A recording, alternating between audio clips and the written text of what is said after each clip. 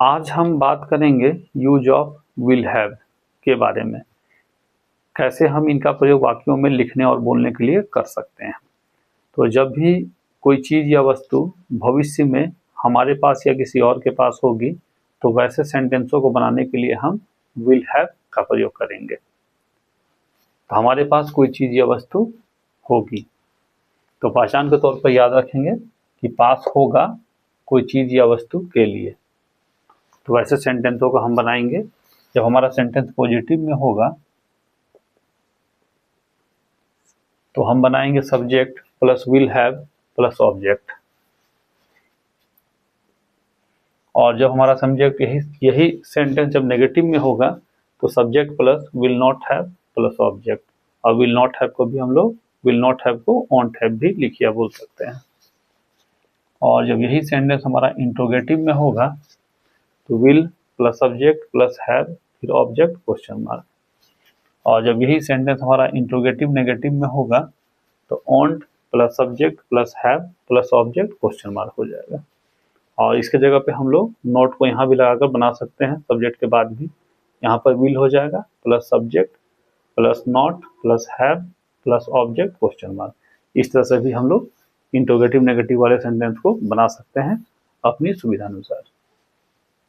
और जैसे हम लोग हैज का प्रयोग करते थे सिंगुलर सब्जेक्ट के लिए और हैव का प्रयोग करते थे प्लूरल सब्जेक्ट के लिए, और हैड का प्रयोग हम लोग सिंगुलर और प्लूरल दोनों सब्जेक्ट के लिए करते थे। तो यहाँ पर भी हम लोग विल हैव का प्रयोग सिंगुलर सब्जेक्ट और प्लूरल सब्जेक्ट दोनों के साथ करेंगे, चाहे वो आई हो, वी हो, दे हो, यू हो, ही हो, सी हो, इट हो, सभी के साथ करेंगे, या नेम हो। तो हम लोग यहाँ पे उदाहरण लेते हैं ताकि उन उदाहरणों की सहायता से हम लोग इन स्ट्रक्चर को अच्छे से समझेंगे। तो पहला एग्जांपल लेते हैं। उन लोगों के पास एक मौका होगा। तो इसकी अंग्रेजी बन जाएगी पॉजिटिव वाले स्ट्रक्चर के अनुसार they will have a chance हो जाएगा। और उन लोगों के पास एक मौका नहीं होगा तो इसकी अंग्रेजी बन जाएगी they want have a chance हो जाएगा। ऐसे हम they will not have a chance भी लिख सकते हैं या बोल सकते हैं। और यही सेंटेंस हमारा जब इंट्रोगेटिव में होगा तो will they have a chance हो जाएगा। और जब यही इंट्रोगेटिव नेगेटिव में होगा तो विल को वॉन्ट कर देंगे, want they have a chance हो जाएगा। या इसे हम will they not have a chance के रूप में भी बना सकते हैं। और अगला सेंटेंस लेते हैं उदाहरण के तौर पे। हमारे पास अपना घर होगा।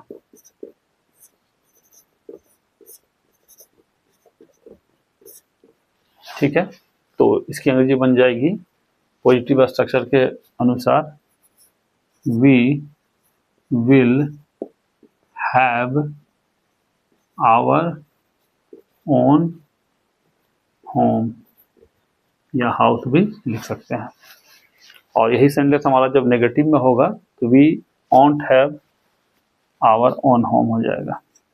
वी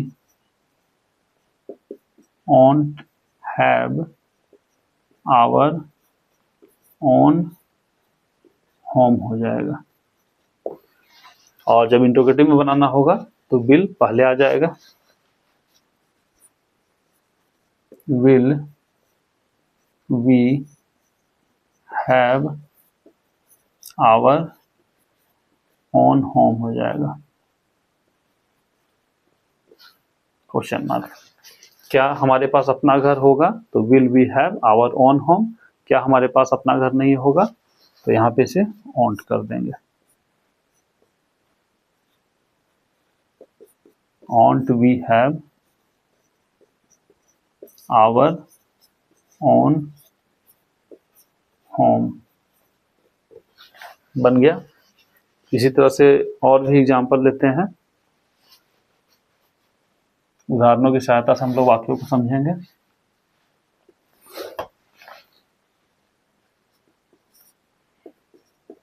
किसानों के पास गरीबी होगी,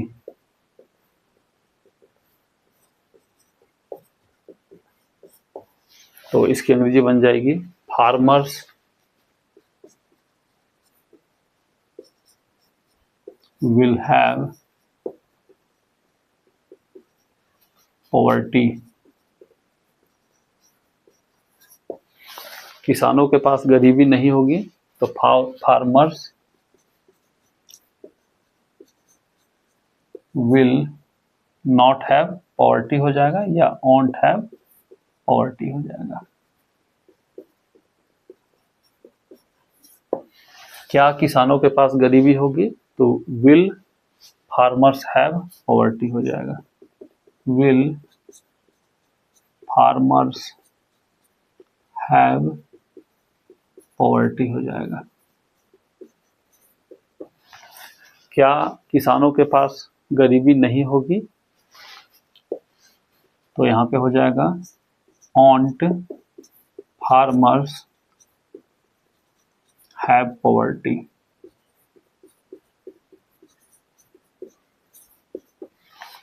ठीक है, तो इस तरह से हम बना सकते हैं। और भी उदाहरण लेते हैं। तुम्हारे पास समय होगा,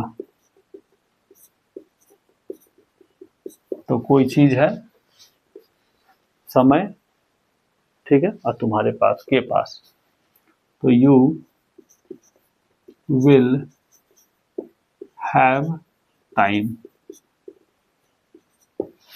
तुम्हारे पास समय नहीं होगा, तो इसे बना लेंगे यू ओंट हैव टाइम हो जाएगा। क्या तुम्हारे पास समय होगा, तो इंट्रोगेटिव में विल पहले आ जाएगा। विल यू हैव टाइम हो जाएगा। क्या तुम्हारे पास समय नहीं होगा, तो ओंट यू हैव टाइम हो जाएगा। ओंट यू हैव टाइम हो जाएगा। देख रहे हैं, इन हस्ताक्षरों की सहायता से हम इसे बना रहे हैं। तो और भी एग्जाम्पल लेते हैं।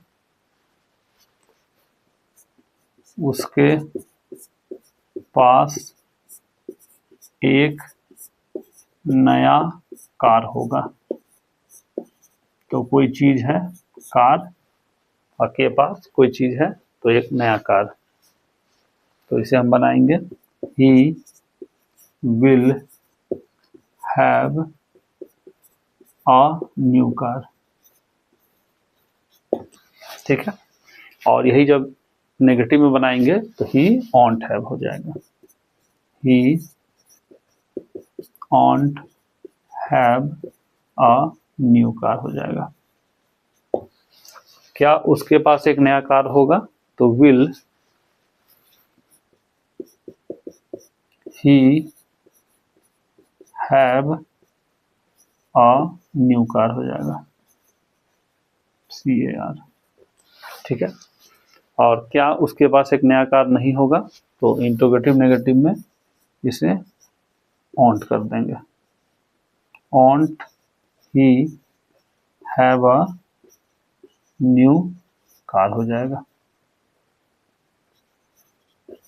ठीक है, तो इसे हम इस तरह से बना सकते हैं। और भी एक दो एग्जाम्पल लेते हैं, ताकि सेंटेंसों को हम बनाने में पूरी तरह से सक्षम हो जाए।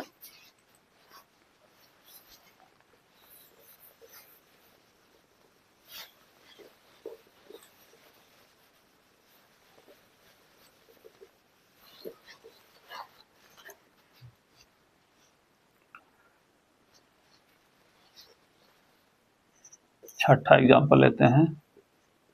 सीमा के पास पैसे होंगे, पैसे होंगे, तो इसकी अंग्रेजी हो जाएगी Seema will have money. Seema will have money हो जाएगा। सीमा के पास पैसे नहीं होंगे, सीमा won't have money। Seema won't have money हो जाएगा। क्या सीमा के पास पैसे होंगे, तो विल सीमा हैव मनी हो जाएगा। Will Seema have money. क्या सीमा के पास पैसे नहीं होंगे, तो won't सीमा हैव मनी हो जाएगा। won't Seema have money. और एग्जाम्पल लेते हैं, लास्ट एग्जाम्पल।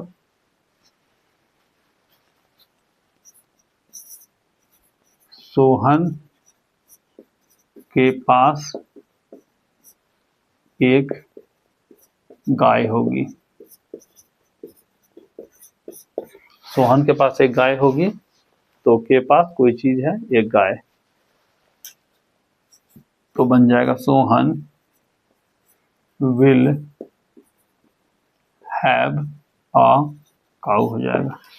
सोहन के पास एक गाय नहीं होगी, तो Sohan won't have a cow हो जाएगा। Sohan won't have a cow बन जाएगा।